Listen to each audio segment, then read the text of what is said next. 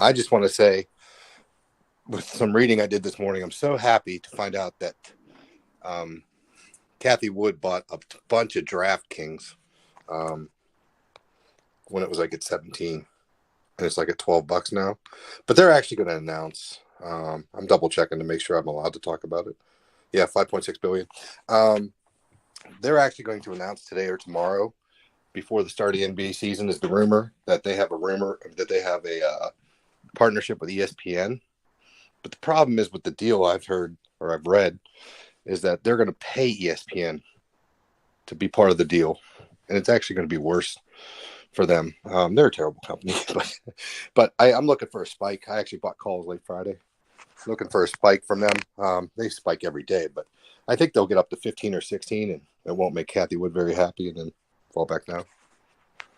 I bought the October 21st 1250 calls. I think they were 63 cents each.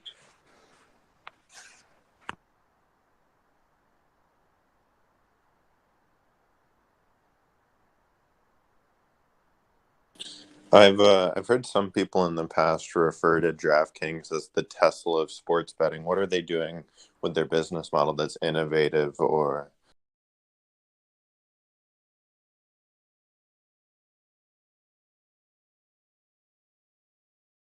They're a terrible company, but I'm looking for a spike. I actually bought calls late Friday, looking for a spike from them. They spike every day, but I think they'll get up to 15 or 16, and it won't make Kathy Wood very happy, and then fall back down.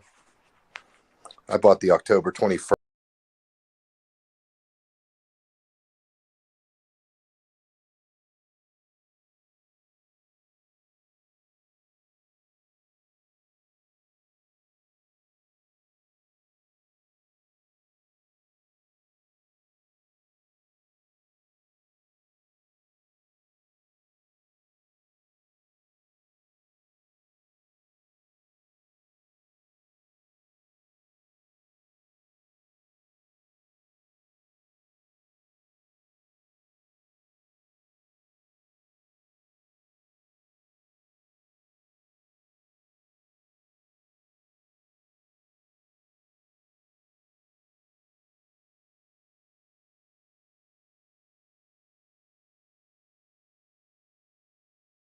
Of these types of promotions, which brings people in, but it does hit into their ability to monetize.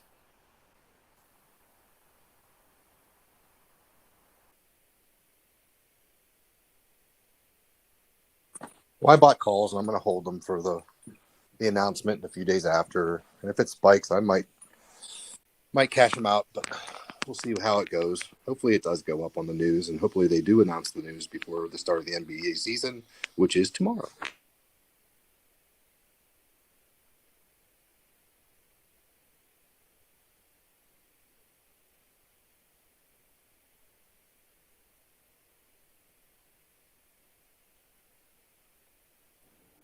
So I was just reading this morning and popped up on my radar about an hour ago. A lot of people that I follow seem to be considering that Tesla could restart a stock buyback program in the range of about $10 billion worth of stock. And they're trading at their lowest forward PE I think they've ever traded at. It's about 37.40, somewhere around there. I'm in another EV play at the moment, but the stuff I've read is indicative of the fact that bullish on Tesla for running up to their earnings. Their earnings is scheduled to be Wednesday, the 19th.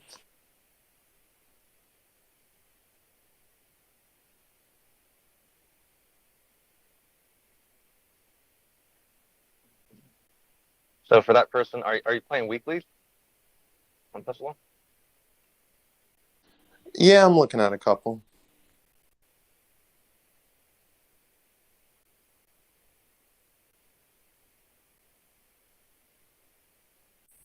There was a report Friday that there was decreased demand for the Tesla vehicles, and that's what helped drive them down from 225 to around 204.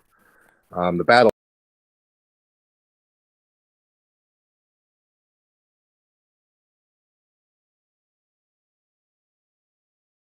Their earnings is scheduled to be Wednesday, the 19th.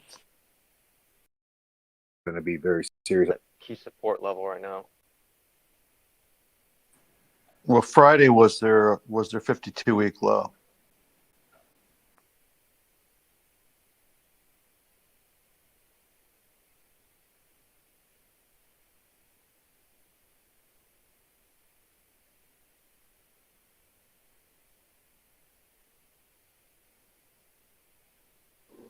I feel like in this market, there could always be another 52-week low around the corner.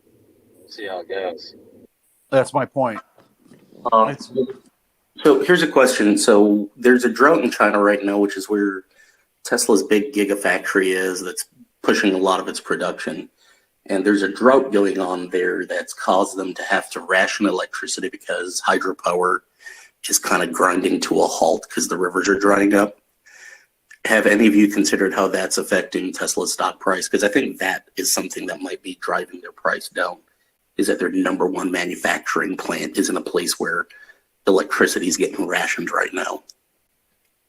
Well, is that such a problem considering that more and more Chinese can no longer afford a shiny new Tesla? Considering all the real estate defaults that the country is currently trying to manage? Contributes to that question of like, is it production that's driving down their value? Or, I think there are a lot of factors that are driving down Tesla's value right now. And I don't think it's all just a question of Tesla's production. There's a supply question, yes. There's a demand question. So with earnings on the 19th, does this mean you're buying October 21 puts? I am bearish on the entire automotive industry right now.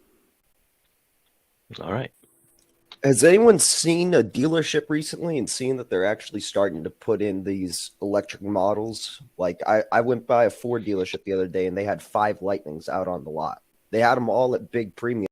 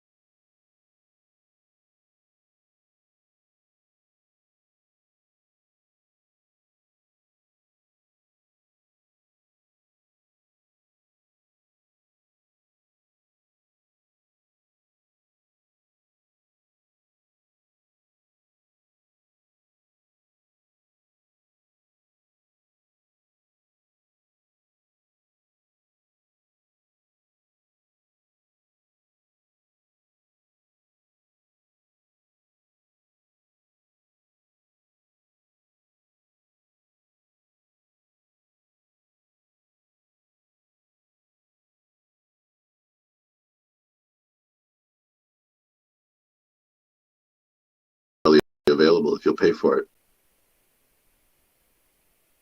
True. I like hearing this. Hey guys, I have a question regarding the Fed pivot.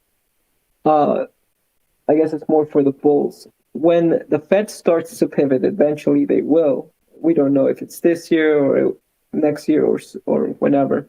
But when they start pivoting, what makes everybody think that the market will continue going high and that's the bottom? Because in the middle of 2007, that's when the Fed funds rate was at the peak.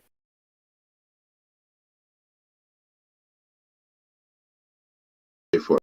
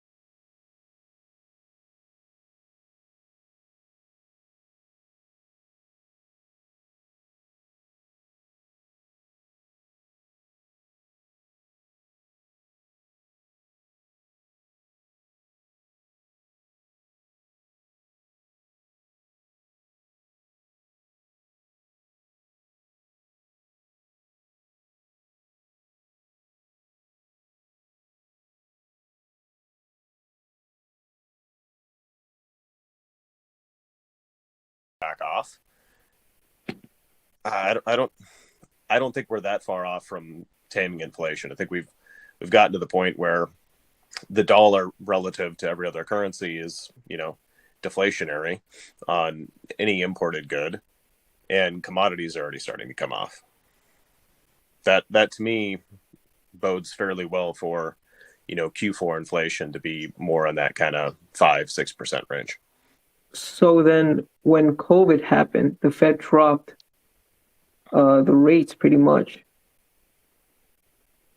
But you're saying they only drop it when inflation is under control. I think they drop it when there's a crisis. Yes, you're right. They do in both instances. So I think that's what Hardy was talking about. I also want to point out that the Empire State Manufacturing Index was released about 15 minutes ago, and the index is right now minus 9.1, expecting minus 4.3. And what's it called? This is marginally bearish, but only for New York, but only sourcing survey responses from New York or Erie Canal manufacturers, folks along the Erie Canal. So take from that what you will. I do want to point out that the next Fed funds rate comes out on November 2. So we'll see how things change between now and then. In the meantime, what other plays do we have to share? Just want to add one more thing that you mentioned briefly, Hardy, that the Fed has their eyes directly on unemployment rates. And as long as the unemployment rate is low, the Fed has stated that they have an intent of raising the unemployment rate as part of what they're doing. And that's not done. So,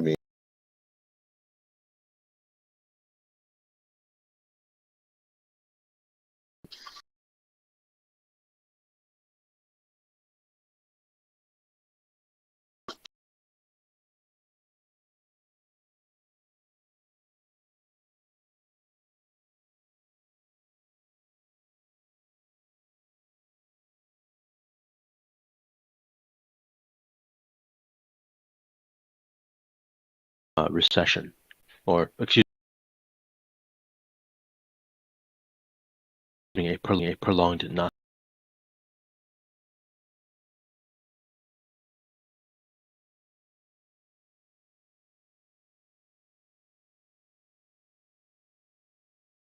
There. I think there's a lot of evidence that we're going to have a collapse in the automotive secondary. If we have another leg down in capitulation, I think things will get pretty nasty. Carvana's obviously, it has some pretty green days. So the play here is I've just got it on my watch list. Next time it's really pumping, I'm buying puts.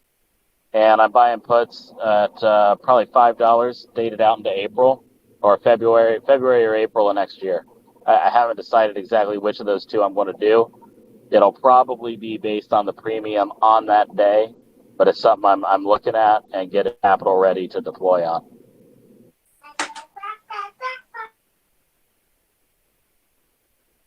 Mine were January strike date going to be at the money for Carvana when it spikes. I expect to get them for probably $2 to $3 each. Hey, this may be a little boring, but does anyone like 3M right now? I feel like that's a little undervalued. And why do you think that? Earnings are forecasted to grow 13% this next year. Forward PE is sitting at around a 15. Pretty high dividend. The only thing I'm a little worried about is just the debt they have right now. How much of that debt is variable?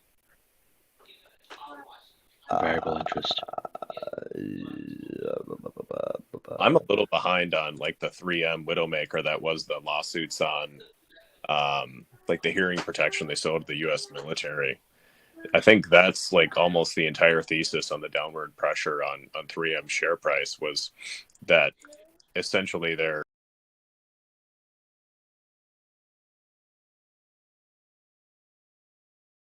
Here, forward PE is sitting at around a 15. Pretty high dividend. The only thing I'm a little worried about is just the debt they have right now. How much of that debt is variable?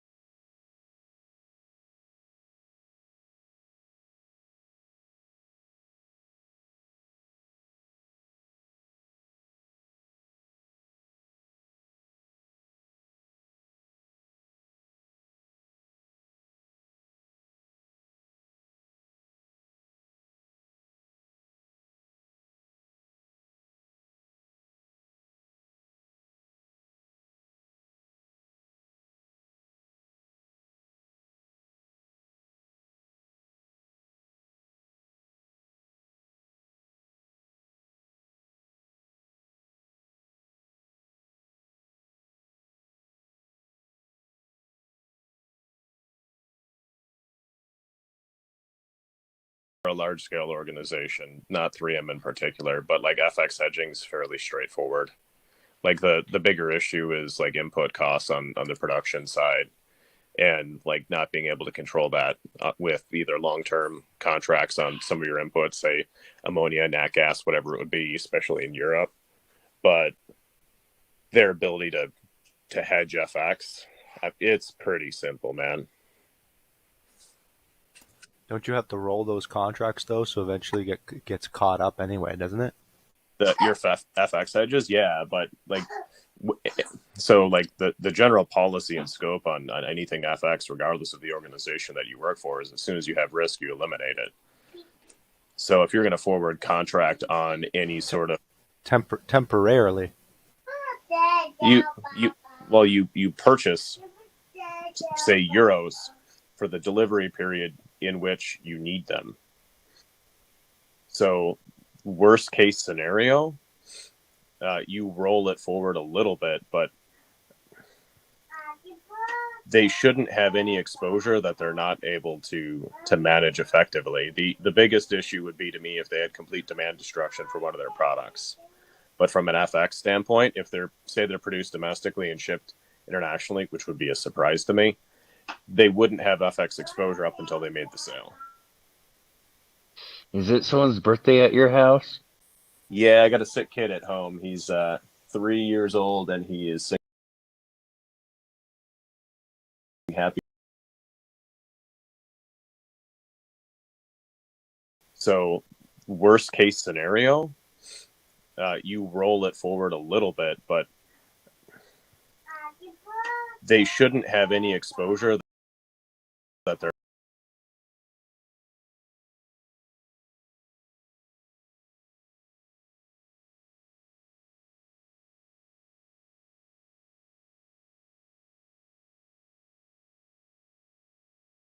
it's not improperly managing FX exposure. That is something produced internationally at the same cost structure of an international producer, right? So they produce in Europe and they sell it in Europe, and they've got a gross margin of 3%.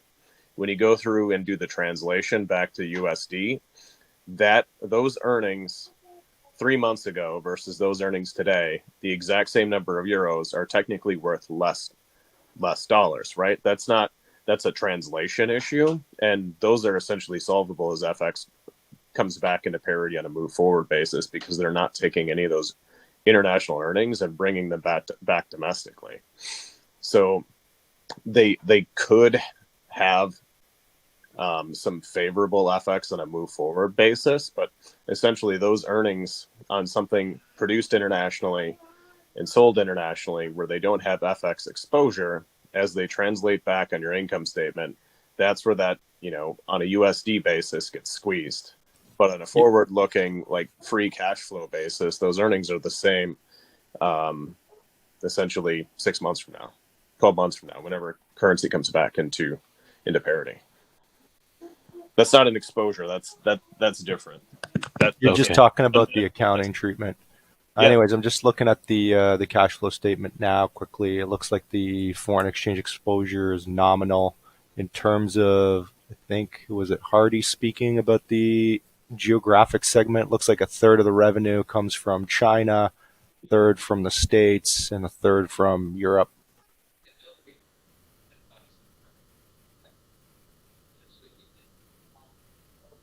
I got to play, guys. I'm looking at Natty. It's hitting $6, and I think I'm gonna buy some calls on Boyle, or just might just buy the ETF itself. Ticker Boyle? That's right. You got the symbols for it? Oh, not today. I can't do that today. Gotta be nice. There's children listening. That's right. Happy birthday. Birthday, Blippy.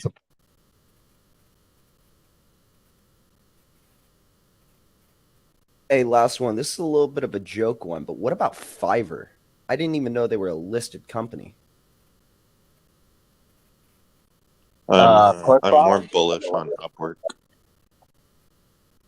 You wouldn't be bullish on Fiverr right now? No, I would like puts on Fiverr right now. Puts? Yeah, big time. I want to hear the bull case on Fiverr.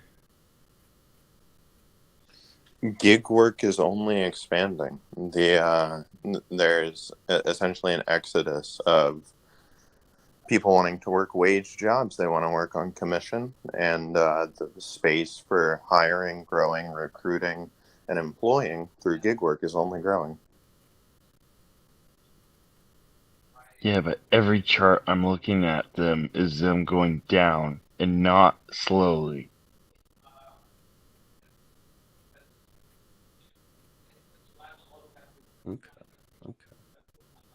But if gig work is expanding, then wouldn't Uber and Lyft be doing well? Well, part of the reason why Uber and Lyft are crashed, and I think DoorDash too, is because their drivers are being reclassified as employees instead of independent contractors, and employees have certain protections that independent contractors don't, and it's those protections where Uber and Lyft and gig economy type companies make their revenue, not even their profit.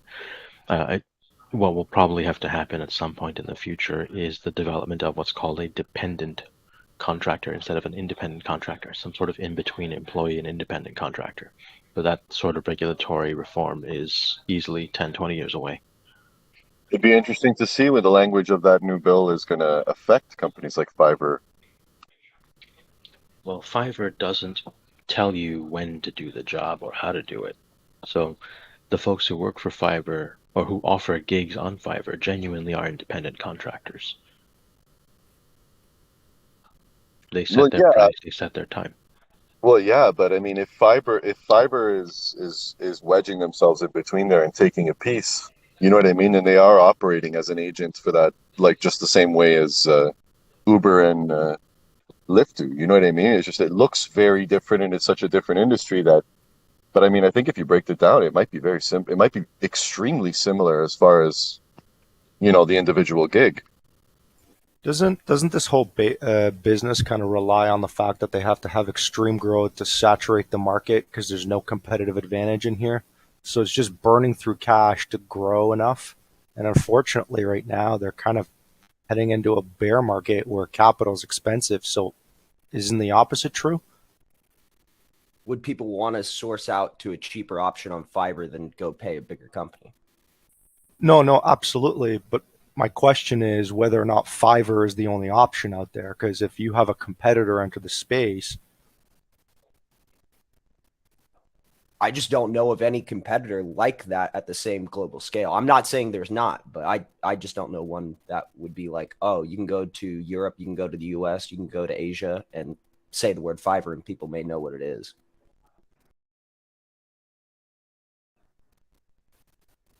Do they do the similar thing? I don't know I don't know of that. I mean, as far as I know, they don't, but isn't this kind of one of the things that Meta was supposed to be?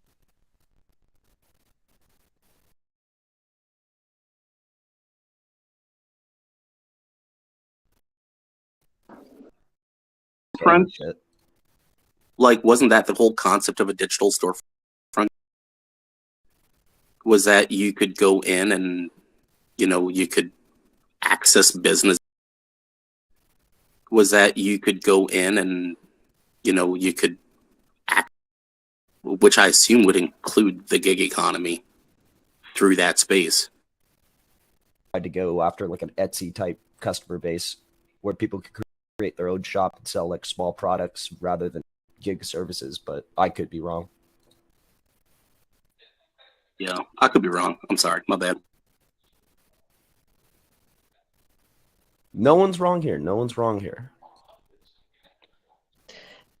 You guys can correct me if I'm wrong, but I wasn't that bill, that gig bill that they're working on.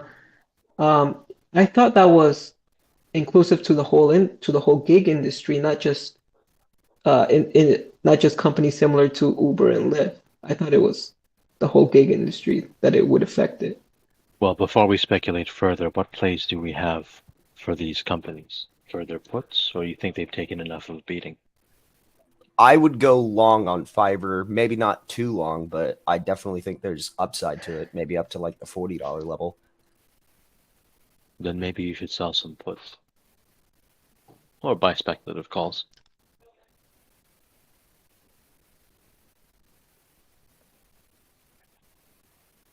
What other plays do we have?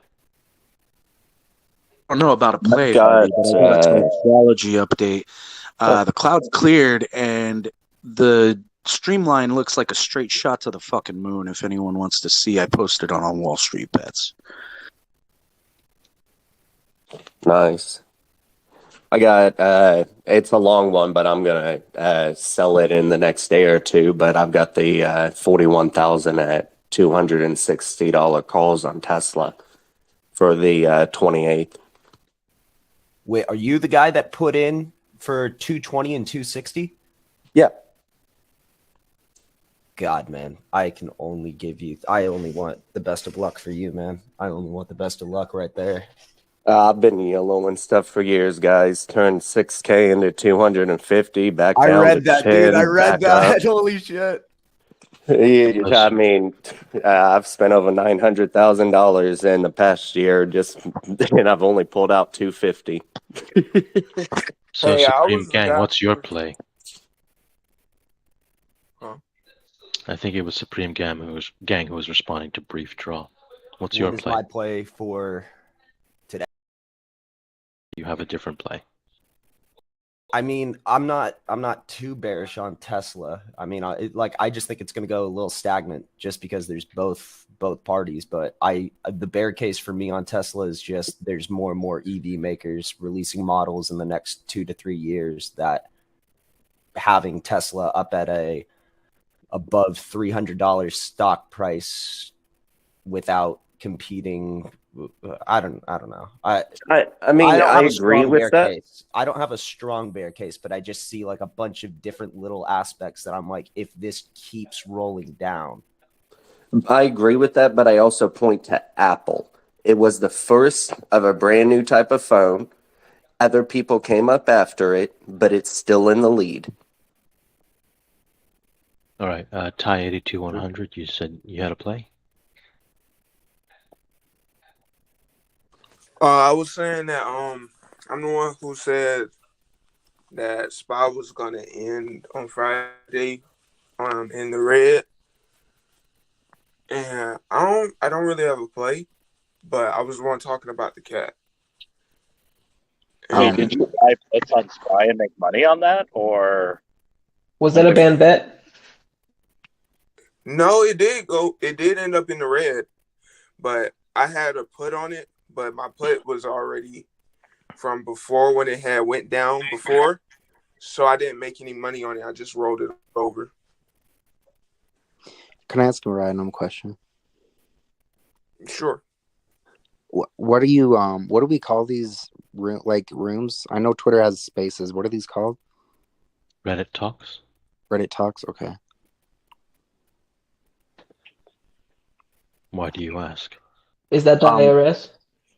What? Are you the IRS? No, I'm the KGB. Okay. Yeah, bratva. I did pay my taxes this year. I gotta go. If you're a copy, Just a fucking loser in his parents' basement. That sounds like something I would say. Nice. Are you dude, are you I'm just a Yes, I am. I'm in But Utah let's right get now. back to the Okay, sorry. plays. Think about Bank of America. I hate Why? Bank of America. Why has Bank of America piqued your interest? I think it go down. Rises on Q3 beat. Oh, it looks like they're up, what's that, almost 10% in pre-market? Oh, because of earnings. All the other banks rising too.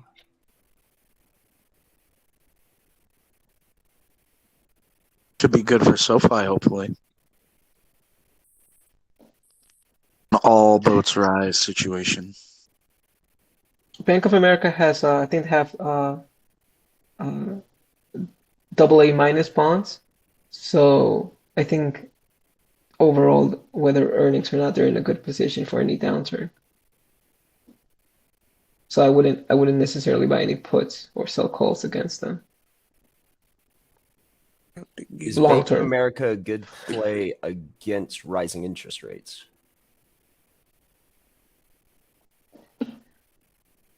Didn't anybody make? Somebody made the case last week that high interest rates are good for banks in the short term.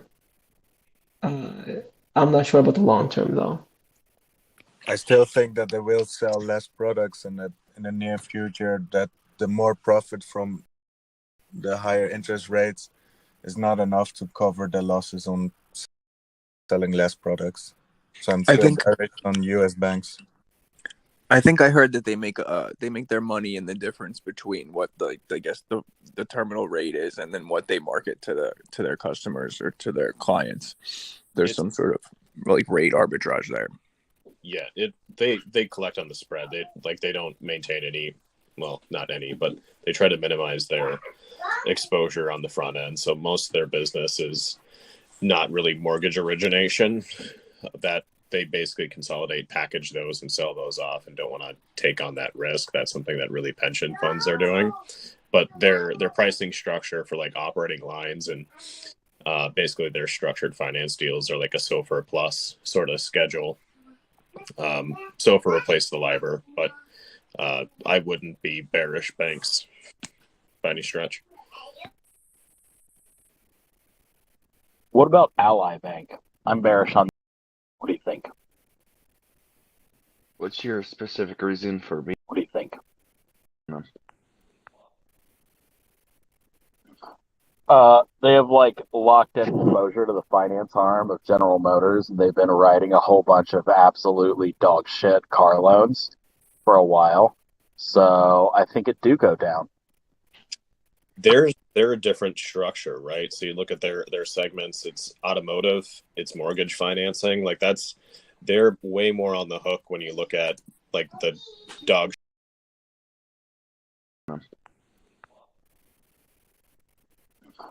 They have like locked in exposure to the finance. Like normally that's like a 95-ish% loan to value ratio, and I'm rusty on this, but the last figure I saw it was north of 120. Yeah.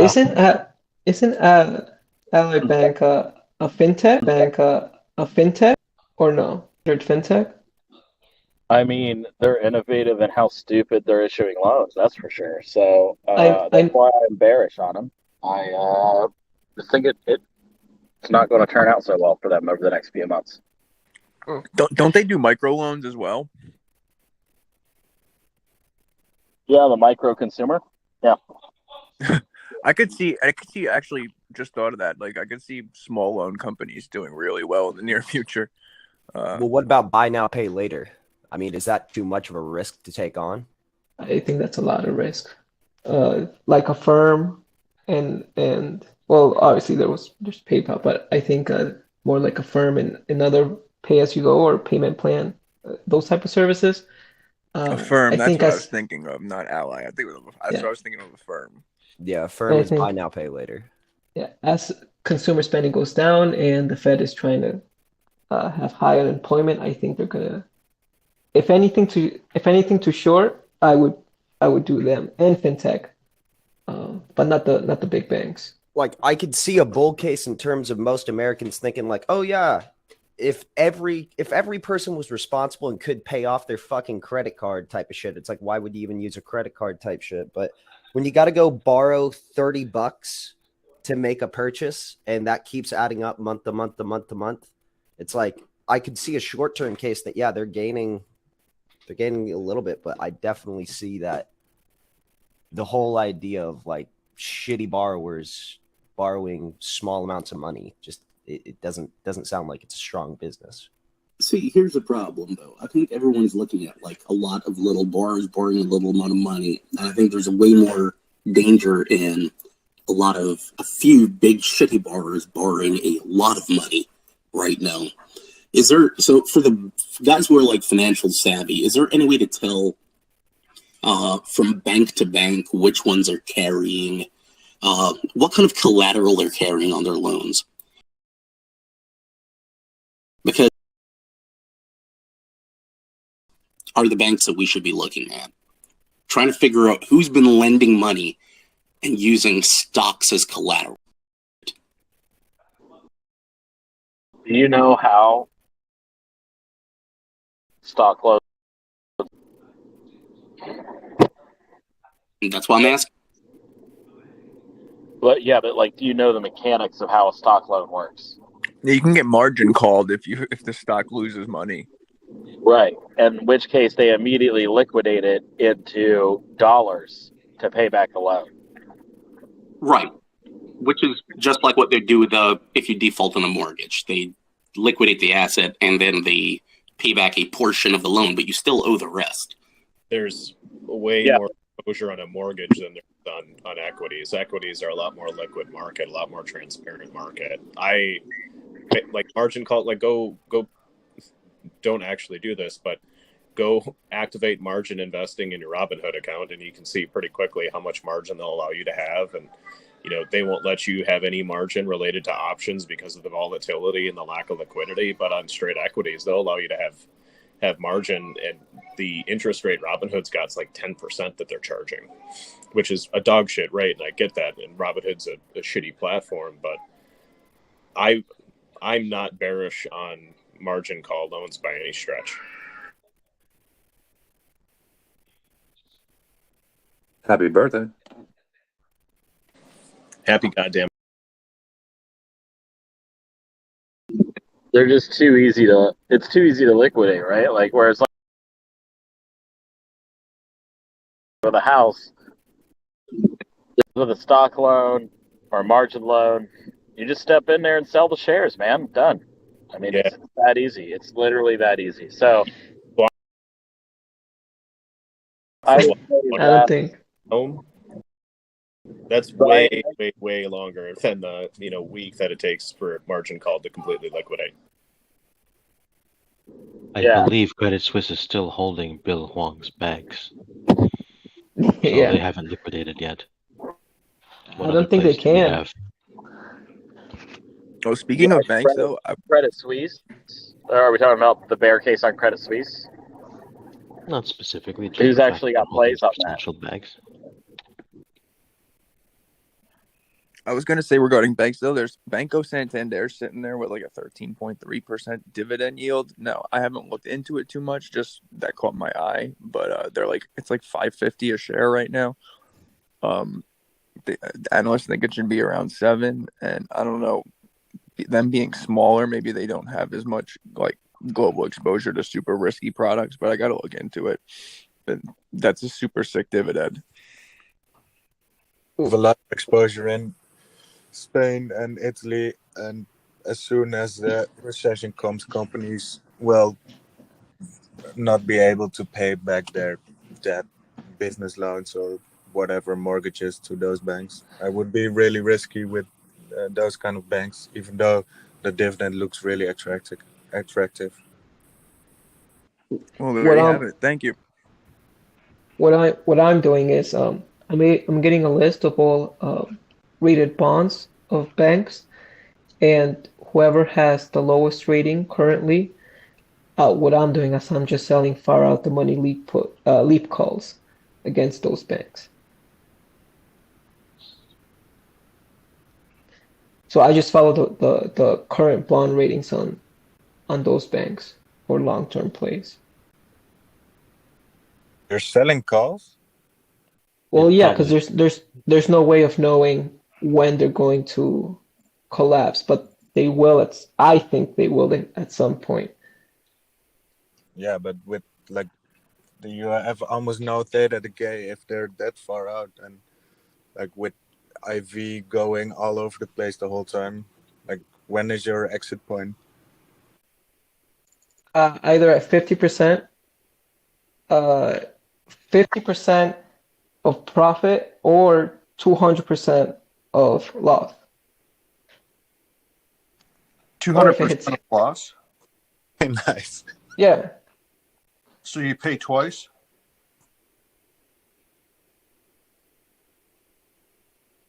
No, I think it's 4 times. It's 1 to 4. 1 to 4. You're locking up an insane amount of capital for maybe 50% profit. Well, I like the safer play. I think this is a safer play, to be honest with you.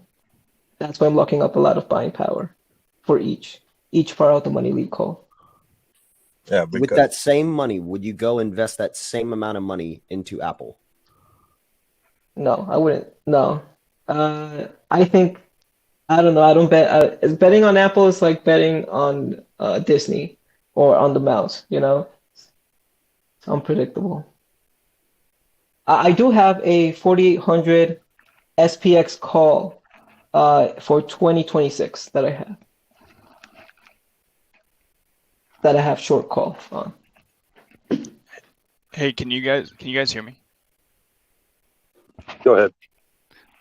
One stock I have my eyes on. I'm yet to buy calls, but I think I'm going to do that today. But Activision Blizzard. I think we're all probably a lot of us here are probably gamers, and their stock is taking a beating just like a lot of other things have. It's at $72, and there's a potential Microsoft deal going through next year, which would be $95 a share. So that's a 30% upside. Not only that, they've got like a bunch of new games coming out, are already out. So they've got Overwatch 2, Diablo Immortal, which they're making a shit ton of money on.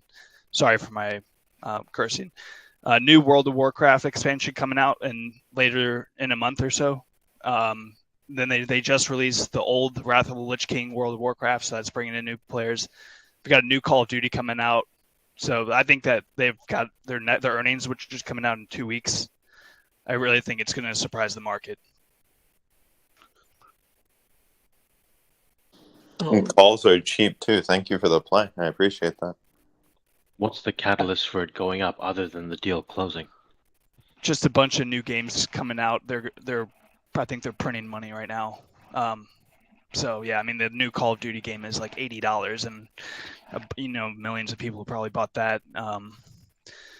The Diablo Immortal game, I'm actually a player of it. I'm sad to say it. I've spent probably like $300 on that game. It's technically free to play, but it's like a pay to win game, and people have dropped like tens of thousands of dollars on this game, or at least the whales have. So like, I just think that they're gonna make a lot of money. What was that ticker again? Just ATVI, Activision Blizzard. Isn't the gaming industry recession proof? Right, so that's good. I would not say that the gaming industry is recession proof. That is very much discretionary spending. Like, I'm a gamer, but when push comes to shove, I'm going to spend $60 on groceries versus $60 on a video game. But that is true. Historically, gaming has grown even through the 07-08 meltdown. So, at least the historic data, obviously things could change. Yeah, but people the historic data says that it's pretty resistant to economic downturns because you can get a lot more entertainment out of buying one $60 video game and playing it for 200 hours than you could going out to eat, right? You know, at a restaurant. So, I mean, it is one of those purchases that holds up pretty well during a recession. Not recession proof, but resistant, I would say. Does anybody know if Blizzard has made it through that whole HR nightmare they had, where apparently like one of the CEOs? Yeah, I think they have maybe. I've heard they kicked out all the employees that were. It'll only be a problem if there's a class action lawsuit that they lose. Besides Call of Duty Mobile, what is their other mobile games that they offer? Because that's literally more. That's Diablo more than half. The own King, so the Candy Crush game. So, Hardy, you're saying that a lawsuit would bring them down. What about a settlement? The settlement will likely be less valuable than the lawsuit. You'd need to prove, in the event of a class action lawsuit, all the employees who were victimized, they would need to prove they have to basically meet a lot of other legal precedents in order to receive the payout. And that's the worst case scenario for Blizzard, as far as I'm concerned. Would that be a reason to cancel the deal? It could be, especially if Microsoft inherits those liabilities. Yeah, that's what I mean. Because generally speaking, settlements are actually, even a settlement that is negative for a company is beneficial to it, because the lawsuit always reflects greater risk than whatever the settlement was. So a lot of times you're going to see a company settle for millions of dollars. You will still see the stock price jump. And the reason is because you've taken the uncertainty out of it. So generally speaking, as a company heads into that stage of an acquisition or a merger, they're going to try to settle all the cases that they have outstanding so that the buyer is free from liability. So I would expect them to settle any lawsuits they have outstanding, and I would also expect that to be a positive sign for the buyer. Yeah, I would say there's another concern. The state's attorney general of California has an open investigation against them around this as well. So it's not just civil. It's not just a civil liability issue here. There's some other stuff going on. In terms of gaming, Activision's probably the riskiest play. What about EA? EA's been pretty fucking stable for the past 3 decades.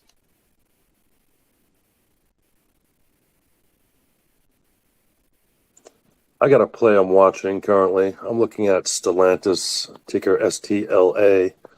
That's slut, titty, labia, anal.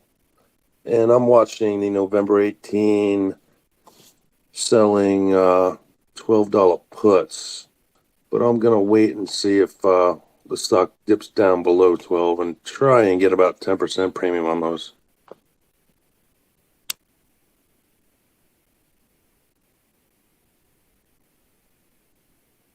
I got a stock, if anybody, real quick. It's ticker CRDO. It's the Credo Technology Group. This company, I don't know, maybe some of you folks are networking engineers, but they are in the like data connection bandwidth world. They make series IP, DSP chiplets, optical DSPs, active electrical cables, line cards, things like that. They have a lot of IP. I think this Cisco just took a position in this company. I think that like they are primed for a buyout. They do business with like hyperscale data centers. And I think that if anybody can afford to grow their business, it's customers that have money like AWS and shit like that.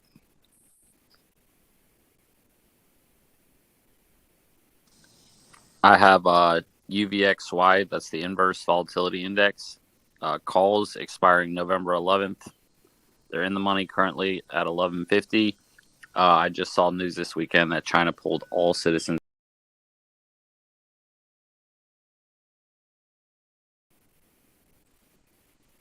I've got to play, and it's probably been beat to death a little bit, but it's back to Tilray. Shoot. Is it puts or are you going to surprise us? Well, I'm bullish because the calls are so goddamn cheap, And I actually look at Tilray fairly similarly on a valuation standpoint to Philip Morris. It kind of similar margin structure is kind of my expectation. And Tilray's at like a 3.5 to 4.5 times revenue, which is right in line with like Philip Morris. So the valuation to me, I think it's at 320-ish a share today. The January 2024 calls are like $1.40 for a $3 strike price. So you're bullish.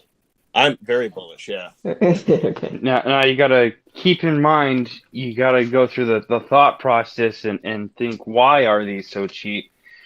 So remember, we had this huge short 1 day run up with all these weed stocks because Biden had pardoned all these people federal marijuana offenses, and everyone's like, oh, it's changing, and then they woke up the next day and said, wait, literally nothing changed, and then they all went right back down. Yep, I watched it. I'm not looking. So obviously, like the upside's the bull case, right? But it's valued properly today.